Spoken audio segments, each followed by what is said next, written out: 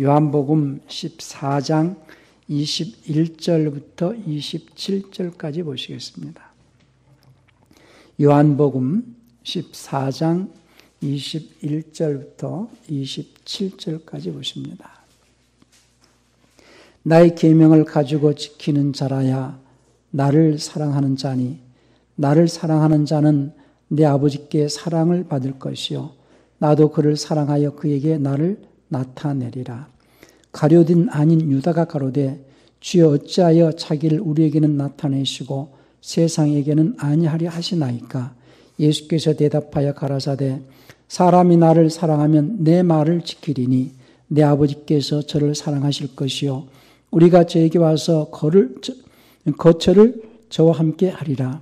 나를 사랑하지 아니하는 자는 내 말을 지키지 아니하나니 너희의 듣는 말은 내 말이 아니요 나를 보내신 아버지의 말씀이니라. 내가 아직 너희와 함께 있어서 이 말을 너희에게 하였거니와 보혜사 곧 아버지께서 내 이름으로 보내실 성령 그가 너희에게 모든 것을 가르치시고 내가 너희에게 말한 모든 것을 생각나게 하시리라. 평안을 너희에게 끼치노니 곧 나의 평안을 너희에게 주노라. 내가 너희에게 주는 것은 세상이 주는 것 같지 아니하니라. 너희는 마음에 근심도 말고 두려워하지도 말라. 아멘. 오늘 설교의 제목은 주님께서 주신 평안을 붙들자라는 제목으로 말씀을 전합니다. 하나님은 평강의 하나님이십니다. 평강의 하나님께서 예수님을 세상에 보내신 것은 첫사람 아담이 불순종으로 말미암는 그 죄로 인하여서 죄 아래 갇혀 있는 인류가 늘 불안하고 염려도 있고 고민하면서 근심하면서 살아가는 그 인류에게 이제 마귀로부터 속하여 가지고 늘 죽기를 두려워하고 또 세상을 살면서 염려하며 근심하면서 살잖아요. 그런 인류를 이제 마귀로부터 해방시키셔 가지고 하나님의 평안을 주시려고 예수를 보내셨어요. 제가 서두에 늘 첫사람 아담의 불순종으로 말미암아 죄 아래 갇혀 있는 인류에 대해서 늘 반복해서 얘기를 하는 것은 그것을 알지 못하면은 그 다음에 예수님이 오신 이유, 예수님이 오셔서 십자가에서 왜 죽으셨지? 그걸 알지 못하기 때문에 예수님이 십자가에서 죽으신 그 이유에 대해서 그 십자가에 죽으신 그 공로는 우리에게 어떠한 문제를 해결해 주시는가에 대해서 설명을 하려면 먼저 항상 첫사람 아담이 지은 죄를 말하지 않을 수 없어요. 그러니까 누가복음 16장에서 아브라함이 부자에게 하는 말이 부자가 지옥에 가서 고통 중에 있잖아요. 그런데 형제 5이 아직 살아있어가지고 그들이 여기 오지 않게 하려고 이제 그 나사를 좀 보내서 지옥 있다는 것을 알려줬으면 좋겠다는 거예요. 그런데 아브라함이 하는 얘기는 저들에게는 모세와 선지자가 있다. 모세와 선지자에게 듣지 아니하면 혹 죽은 자 가운데서 살아나는 자가 가서 전한다 해도 안 믿는다는 거예요. 그러니까 모세와 선지자는 뭐를 의미하느냐 하면은 창세기, 출애굽기, 레위기, 신명기, 민수기 이 모세 5경을 모세가 기록을 했잖아요. 그러니까 창세기에 기록되어져 있는 그 사건을 통하여 가지고 하나님께 나가게 하려면 어떠한 과정을 걸지 하는지에 대해서 모세 5경을 통해서 먼저 깨우치지 않으면은 그리고 그걸 깨우쳐주는 인물들이 선지자들이거든요. 그러니까 선지자는 먼저 깨달았다는 거예요. 먼저 선견자는 먼저 봤다. 그런데 먼저 보고 먼저 깨달은 자는 뭐를 먼저 보고 먼저 깨달았느냐 하면은 하나님의 말씀을 먼저 깨닫고 그 말씀을 먼저 이해했기 때문에 선지자 또는 선견자, 결국은 그들도 하나님의 말씀을 대언하는 자 이거거든요. 그러니까 선지자는 다른 말로 하나님의 말씀을 대언하는 자예요. 오늘도 주님께서 요한복음 14장 23 4절인가요? 나를 사랑하지 아니하는 자는 내 말을 지키지 아니하느니 너희 듣는 말은 내 말이 아니요 나를 보내신 아버지의 말씀이다 이랬잖아요. 그러니까는 예수님도 선지자고 대언자거든요. 하나님의 말씀을 대언하시는 분. 우리나라는요, 선지자 그럼 어떤 개념으로 많이 이해를 하느냐면은 마치 무당이 점하는 것 같이 뭔가를 알아맞추고 앞으로 되어질 일, 저 사람이 앞으로 장래 되어질 일을 갖다가 맞추는 것 같은 그런 어떤 사고를 가지고 성경의 선지자들을 이해하는 것 같아요. 그게 아니고 하나님의 말씀을 먼저 깨달았고 하나님께서 앞으로 행하시는 일들에 대해서 미리 알았기 때문에 그들을 선지자라고 말하는데 다른 말로는 대언자다 이 말입니다. 그러니까 하나님의 말씀을 먼저 깨달은 선지자를 통하여서 모세의 글을 또 이해해서 인간은 죄인인데 죄인은 절대로 천국 못 간다. 그러니 메시아를 기다리고 사모하면서 주님이 약속하신 말씀을 지키는 자들은 지옥 가지 않고 이제 낙원에 또는 아브라함 품에 온다. 이거를 먼저 그들이 깨달아야만이 된다는 것을 이제 누가복음 16장에서 말하는 거죠. 모세와 선지자들에게서 듣지 않냐. 한번 누가복음 한번 볼까요? 누가복음 16장.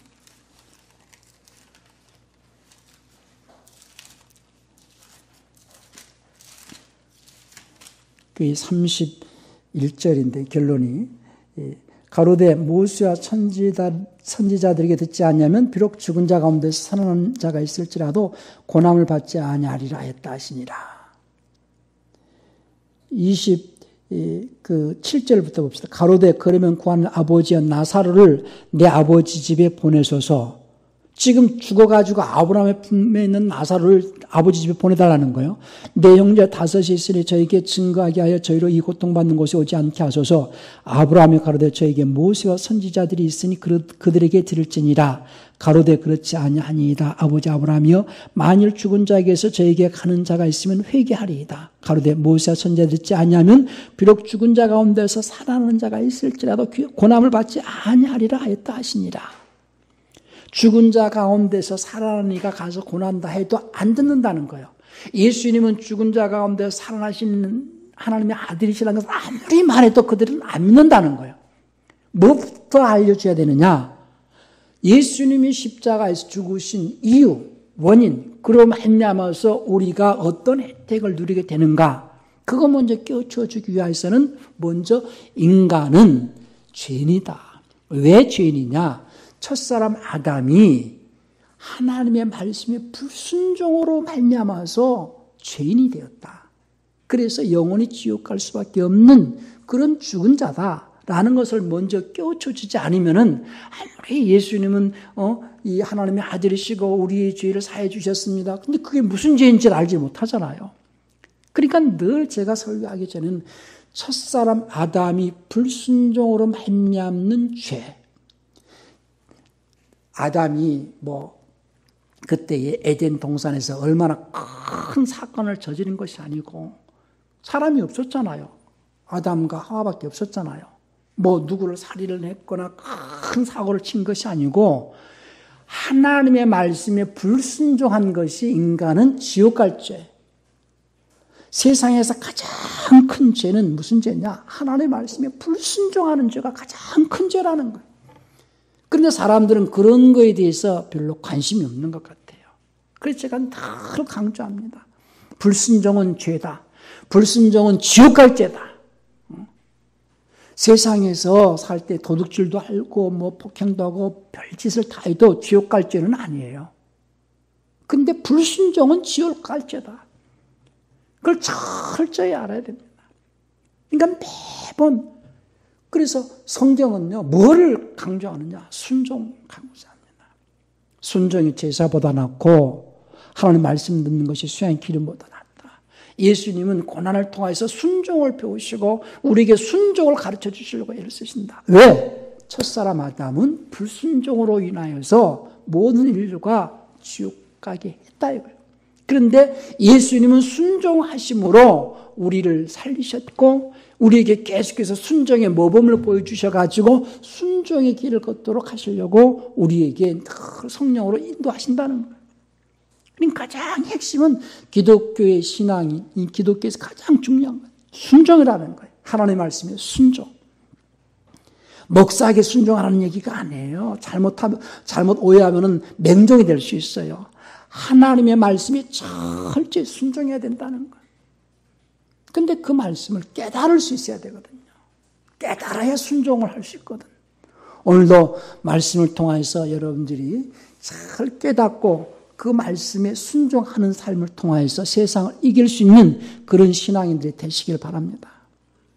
그 하나님은 평강의 하나님이신데 그분이 예수님을 세상에 보내신 것은 첫사람 아담이 불순종의 죄로 인하여서 마귀에게 속하였잖아요. 마귀에게 속하였으니 일생을 죽기를 두려워하면서 근심하고 염려하면서 고민하면서 세상을 살아갑니다.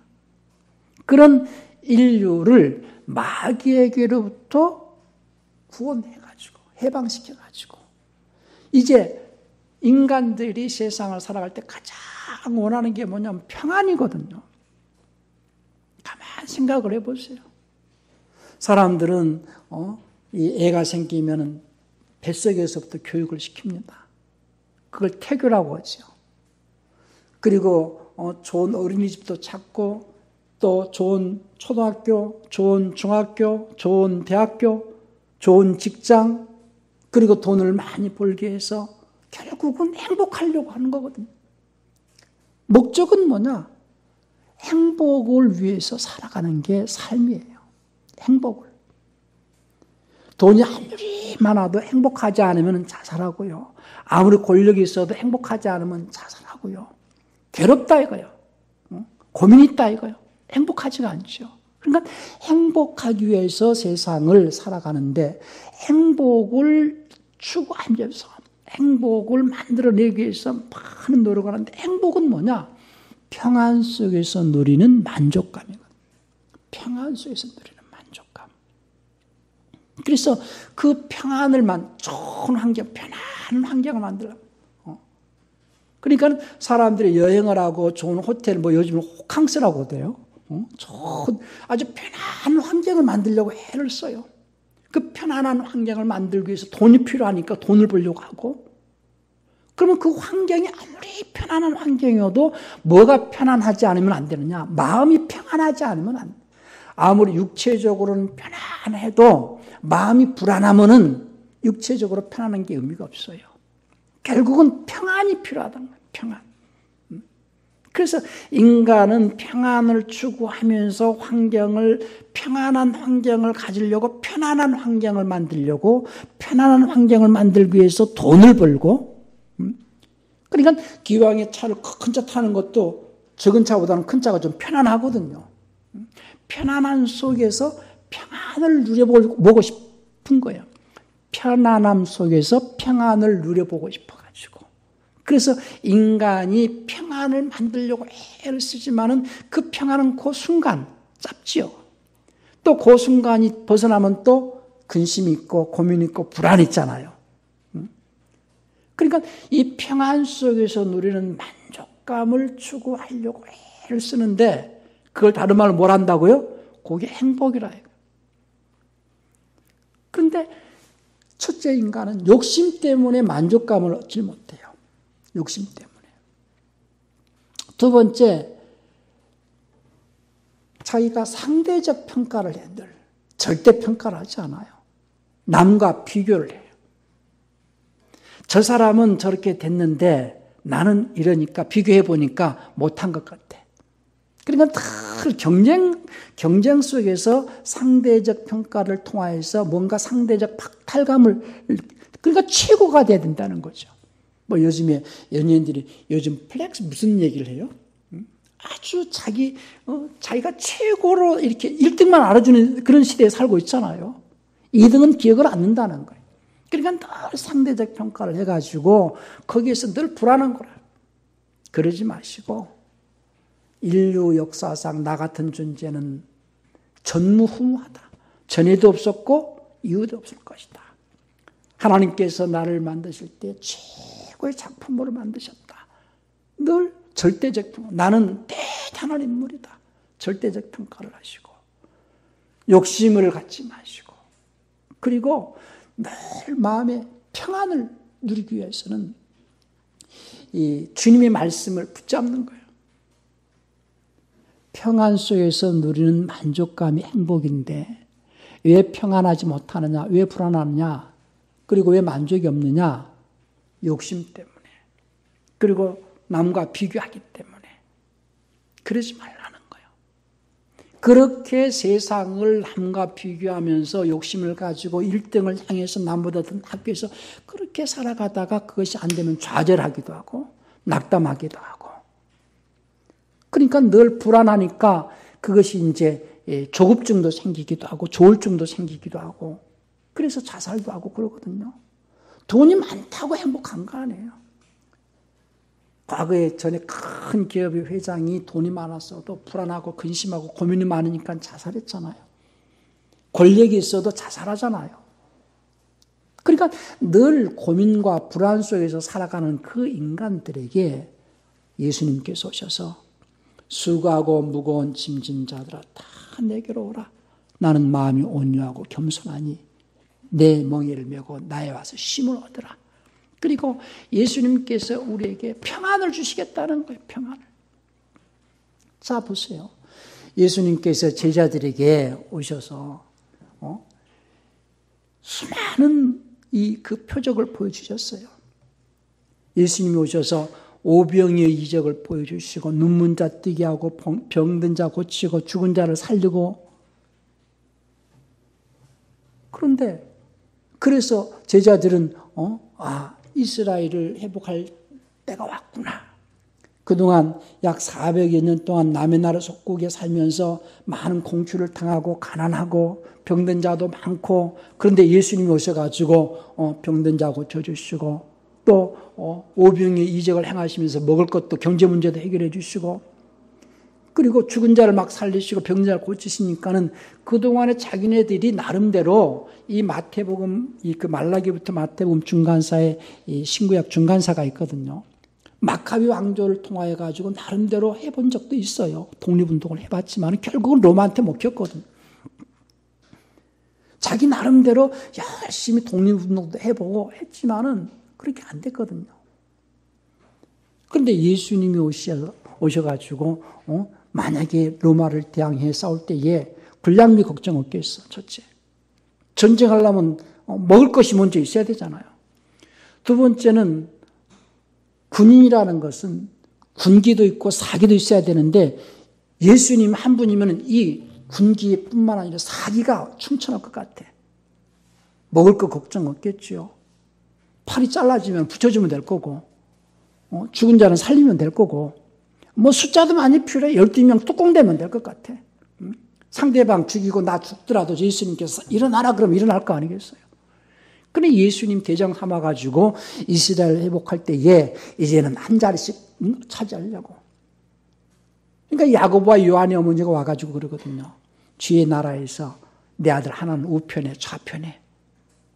그것 때문에 또 제자들끼리 다툼이 일어나고 그러면서 막 예수님을 쫓아다녔어요. 그런데 예수님이 허무하게 잡히시고 십자가에 돌아가시거든요. 3년 동안 그렇게 열심히 쫓아다니고 사업도 포기하고 직장도 포기하고 그렇게 열심히 예수님 쫓아다녔는데 예수님이 그냥 십자가에 돌아가시고 에이 쓸데없다. 고기나 잡으러 가자. 그런데 예수님이 부활하셨어요. 그리고 첫 번째 하신 말씀이 뭐예요? 평강이 있으라. 평강이 있으라. 주님께서 제자들에게 주신 최고의 복이 뭐냐? 평강입니다. 그 평강은 눈에 보이지 않아요. 손에 잡히지도 않아요. 그런데 그분의 말씀이 내 마음에 딱 들어와서 그 마음으로 그 말씀을 딱 붙잡을 때에 그 평강 속에서 주님을 임재하셔서 역사하시겠다는 거거든요. 지금 예를 들어서 7급 공무원 시험을 열심히 준비를 해요. 불안하죠, 준비할 때는. 걱정하지 마. 다 윗사람이 다 이미 위에서 다 얘기해서 그냥 기다리고 있어. 편안해. 그 말만 들어도 그냥 편안할 거 아니겠어요? 하물며 주님께서 걱정하지 마라. 평안히 있으라. 내가 다 일하마. 중요한 것은 왜 주님께서 우리에게 먼저 평강을 주시느냐. 첫 번째, 인간은 죄 아래에 있기 때문에 마귀에게 속하여서 고민하고 염려하며 근심하고 불안하잖아요. 불안하고 고민이 평안히 있겠어요? 행복할 수 있겠어요? 그런 인간을 마귀로부터 해방하시려고 예수님이 십자가에서 죽으셨고, 그리고 평안을 먼저 주신 것은, 평안을 주신 것은 그 평안 속에서 주님이 임재하시거든. 하나님은 평강의 하나님이세요. 예수님이 십자가에 죽으셔가지고 하나님의 믿음을 우리에게 선물로 주시는데, 믿음은 선물이라고 그랬잖아요. 그 믿음은 하나님의 선물이다. 근데 그 믿음은 들음에서 나며 들음은 하나님의 모든 말씀으로 말미암는다. 그 하나님의 그 선물인 믿음을 첫 번째 딱 꺼내서 주님께서 이렇게 주신 첫 번째 말씀이 뭐예요? 평안이에요. 평안. 믿음 속에서 믿음이라는 보따리를 탁 열어가지고 첫 번째 탁 꺼내놓은 것이 뭐예요? 평안이에요. 그 평안. 그 평안을 마음에 가지고 있어야 된다. 왜?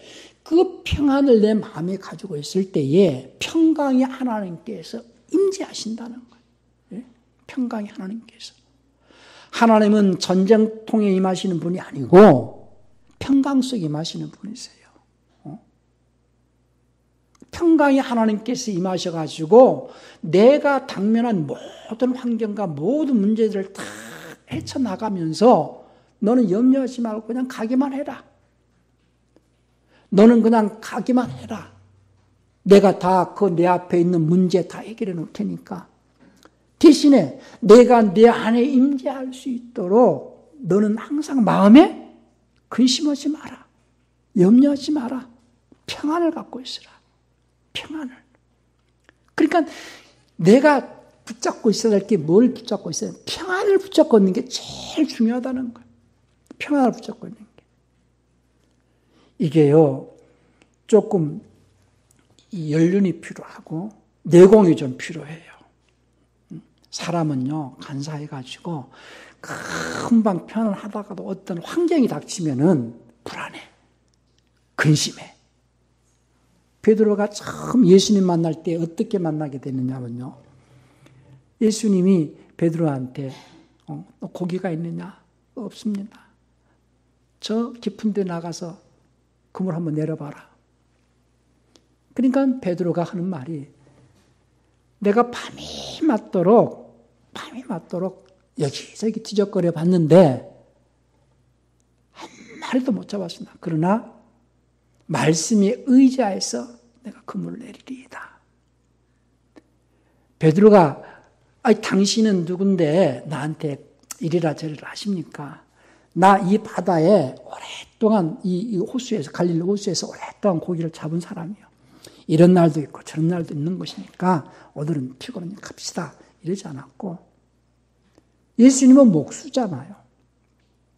누가 더 전문가요? 그 바다에서 그 호수에서 누가 더 전문가요? 그래도 내 경험을 내려놓고 내 지식을 내려놓고 주의 말씀에 의지하여서 내가 그물 내리리이다 했더니 2배를 채웠잖아요. 그물이 찢어질 만큼 채웠잖아요. 그렇게 주님을 처음 만난 경험이 있다 이거예요. 그러니까 베드로는 늘 주님의 말씀이 나에게 평안을 주고 생명이고 그런 경험이 있기 때문에 그러니까 요한복음 6장 28절 주의 영생의 말씀이 계시면 네가 누구로 가오리까 그런 고백도 하고 또 한 번은 베드로가 제자들이 주님께 너희들 배를 타고 건너편으로 가라 해서 건너편으로 가다가 밤중에 되어가지고 힘들여서 배를 저 가는데 어떤 사람 같은 이가 이렇게 물을 걸어오잖아요. 다른 제자들은 유령이다 그랬어요. 그랬더니 주님께서 내다 그러니까는 베드로가 만일 당신이 나의 주시었던 나를 물 위로 오라 하소서. 오라 했더니 베드로 지식으로는 사람 물 위로 걸을 수 있다? 베드로가 물 위로 걸은 경험이 있다? 없다. 베드로가 물에 대해서 잘 안다 이거예요. 어부니까 사람은 물 위로 걸을 수 없다. 사람은 물 위로 걸을 경험을 가진 자가 한 번도 온 적이 없어요. 자기도 물 위로 걸어본 경험도 없고 그런 지식을 갖지 않았어요. 그런데 주님의 말씀에 의지해서 물 위로 걷잖아요. 그런데 바람이 불고 물결이 일렁이니까 환경이잖아요. 환경 때문에 말씀을 놓쳐버린 거예요. 그랬더니 물을 빠져가잖아요. 그러니까 우리는요, 내 지식과 내 경험을 다 내려놓고 주님의 말씀을 붙잡고 나가는 거예요. 그러면 주님이 역사하시겠다는 거예요. 근데 사람들은 그 말씀을 안 붙잡는지 그 말씀을 놓쳐버리는지는 모르겠어요. 왜 기도가 필요하느냐? 그 말씀을 놓치지 않고 뺏기지 않고 그 말씀을 붙잡을 능력을 얻으려고 늘 그 말씀을 붙잡고 나가라는 거예요. 이스라엘이 출애굽을 할 때요. 앞에는 홍해가 가로막혀 있고 뒤에는 애국 군대가 막 몰고 오잖아요. 그러니까 얼마나 불안해요, 사람들이. 그래 모세를 원망하면서 이스라엘에 매장지가 없어서 우리를 여기까지 끌고 와서 우리를 여기서 죽게 하느냐 하면서 막 원망을 합니다. 그리할 때에 주님께서 모세를 통해서 하신 말씀이 너희는 잠잠해라, 조용해라. 그게 영어 표현은 평안을 갖고 있으라는 거거든요. 우리 출애굽기 그 14절 한번 볼까요?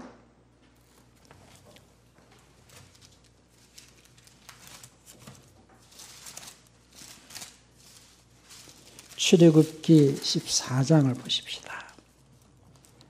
14장 13절부터 봅시다. 모세가 백성에게 이르되 너희는 두려워 말고 가만히 서서 여호와께서 오늘날 너희를 위하여 행하시는 구원을 보라. 너희가 오늘 본 애굽 사람을 또 다시는 영원히 보지 못하리라. 여호와께서 너희를 위하여 싸우시니 너희는 가만히 있을지니라. 14절에 보면은요, 영어 표현으로는요, 그러니까는 The Lord shall fight for you and he shall hold your peace. 평안 속에 가만히 있으라는, 평안을 갖고 있으라. 그리고 이제 모세를 명하여서 지팡이 들고 방향을 가르치고 그리고 나가게 하라 이거예요. 평안을 가지고 지시하는 대로만 가라. 근데 앞에는 뭐가 있어요? 바다가 있어요.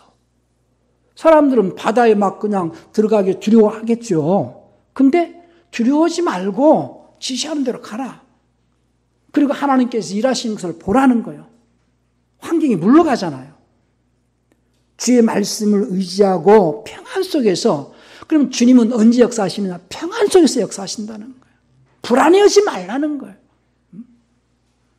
왜 하나님을 의지하지 않고 왜 하나님을 믿지 못하느냐는 거예요. 불안해하지 말라는 거예요. 다윗이 전쟁에 나가서 한번 죽을 뻔했어요.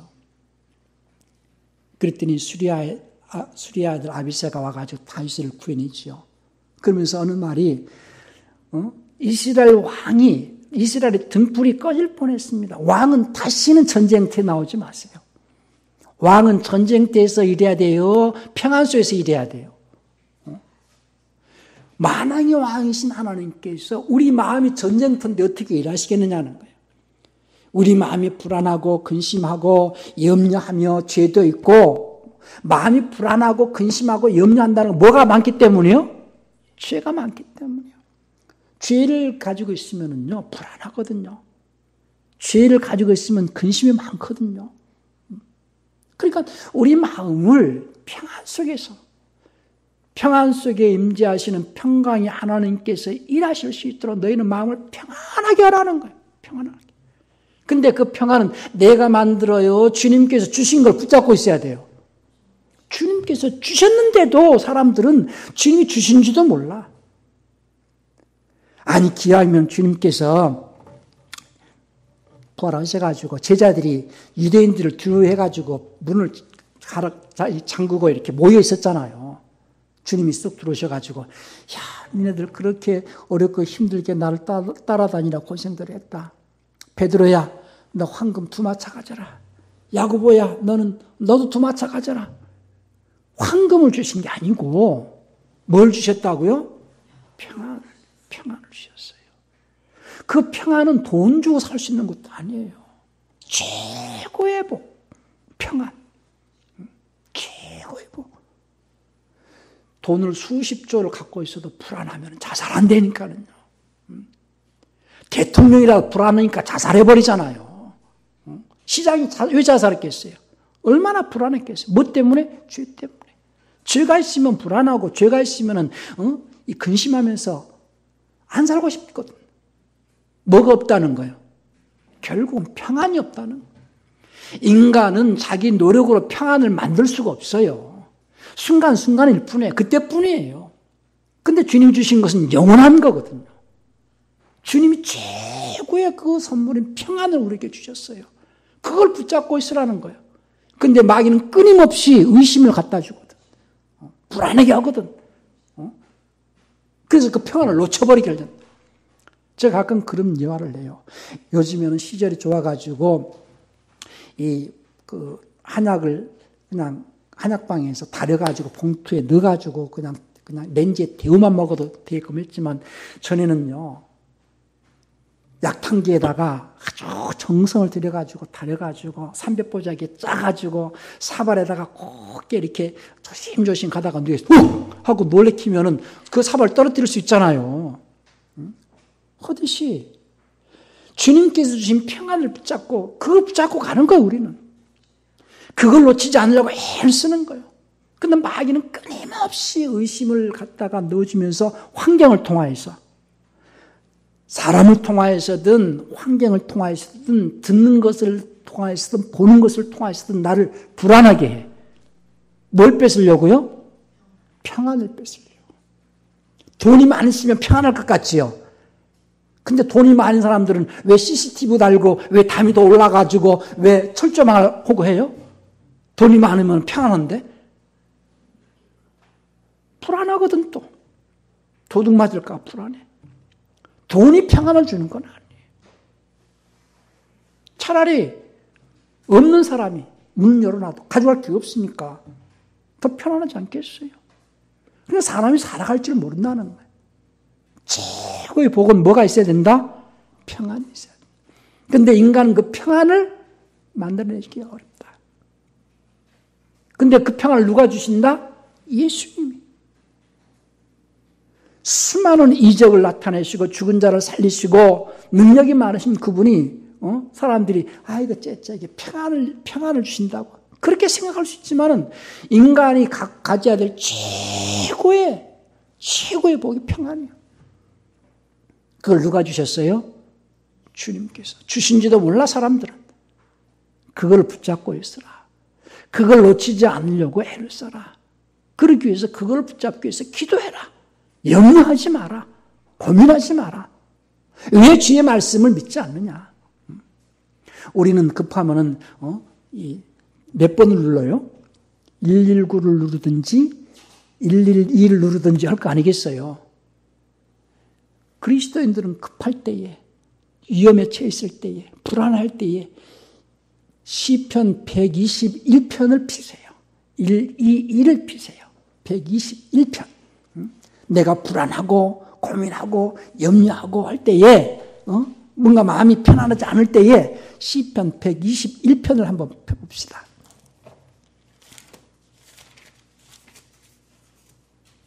시편 121편 1절부터 봅시다.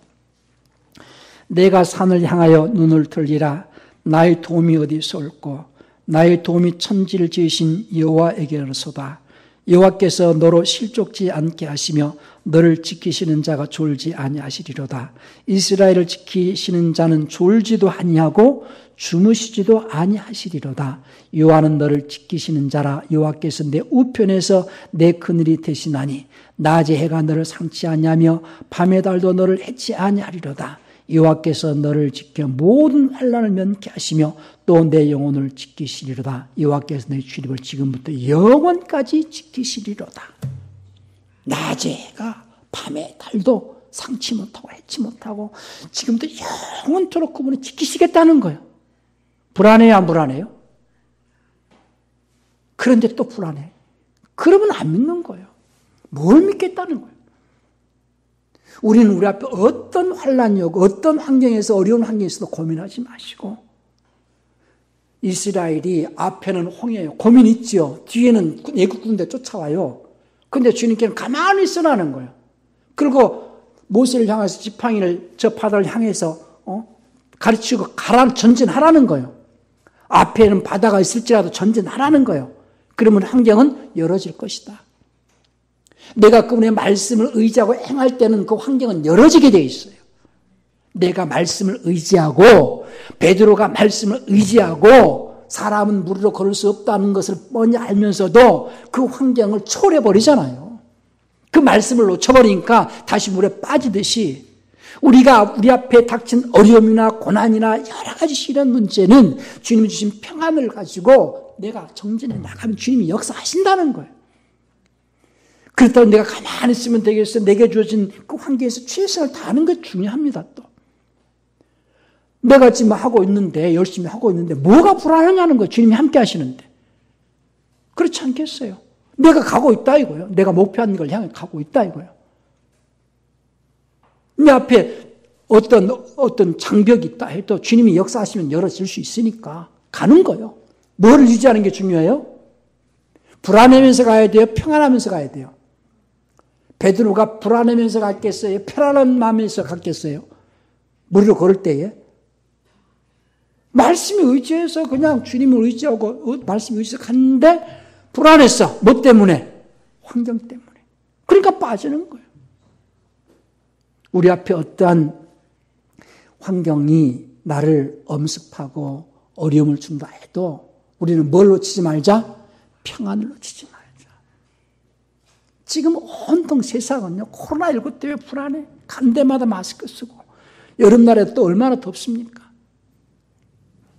저는요, 어쩔 수 없이, 버스 타니까 기사가 마스크 쓰세요. 그래서 쓰고, 또, 지하철 가니까 또 이렇게 써놨어. 지하철에 마스크 쓰라고. 쓰지만은, 그냥 늘 평안해요. 안 쓰는 것이 이상하게 보이니까 내가 그냥 쓰는 거지, 그냥 코로나 때문에 불안해서 쓰는 건 아니에요. 왜? 주님께서 약속하셨거든요. 불안해하지 말고 내가 널 지켜주겠다. 조건이 있어요. 그 말씀 안에 있을 때에 말씀을 지켜내라는 거예요. 이 여호수아가 모세가 죽고 난 다음에 하나님께서 여호수아를 세워가지고 말씀하신 것이 너는 마음을 강하게 하고 담대하라. 염려하지 마라.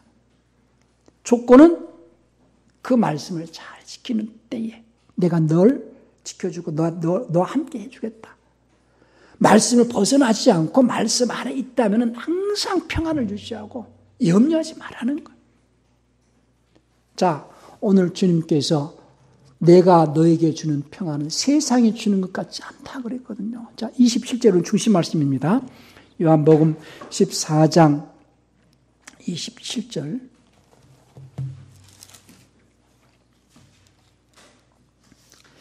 평안을 너에게 끼치노니 곧 나의 평안을 너에게 주노라.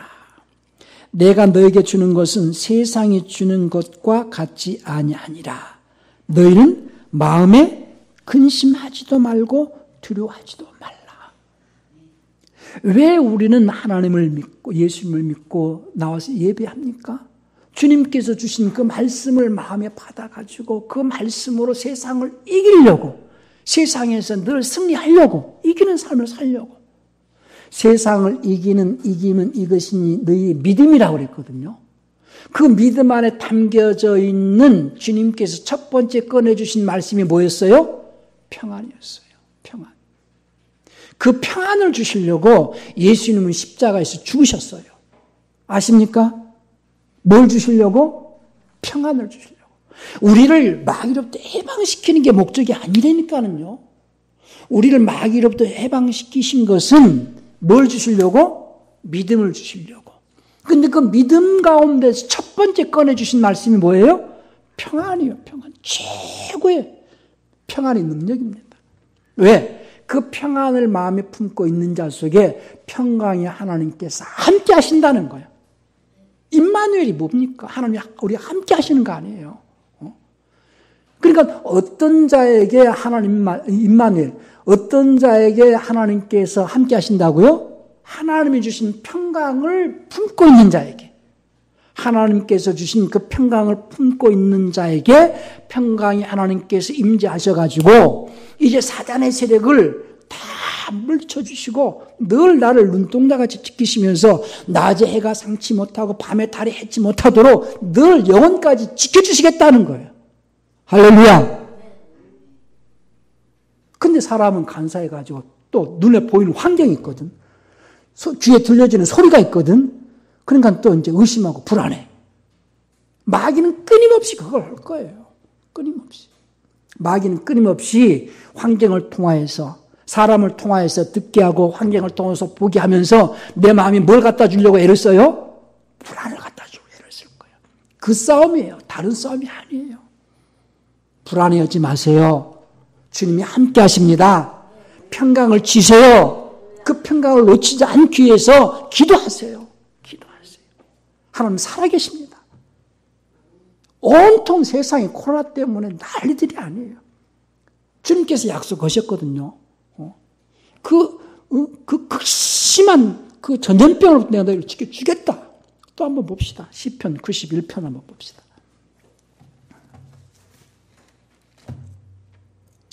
시편 91편 3절, 6절, 9절을 볼까요? 91편. 이는 저가 너를 새 사냥꾼의 올무에서 극한 전염병에서 건지실 것입니다. 그리고 6절에서도 흑암 중에 행하는 전염병과 백지에 황폐케 하는 파멸을 두려워하지 아니하리로다. 그러면서 10절에 화가 내게 미치지 못하며 전염병이 내 자막에 가까이 하지 못하게 하리라. 전부 지금 개혁성경은 재앙 이렇게 해놨는데요. 전부 전염병을 지켜주겠다는 거예요. 조건은 너는 마음을 강하게 담대하라. 그 조건은 뭐냐면 우리 여호수아 한번 볼까요? 여호수아 1장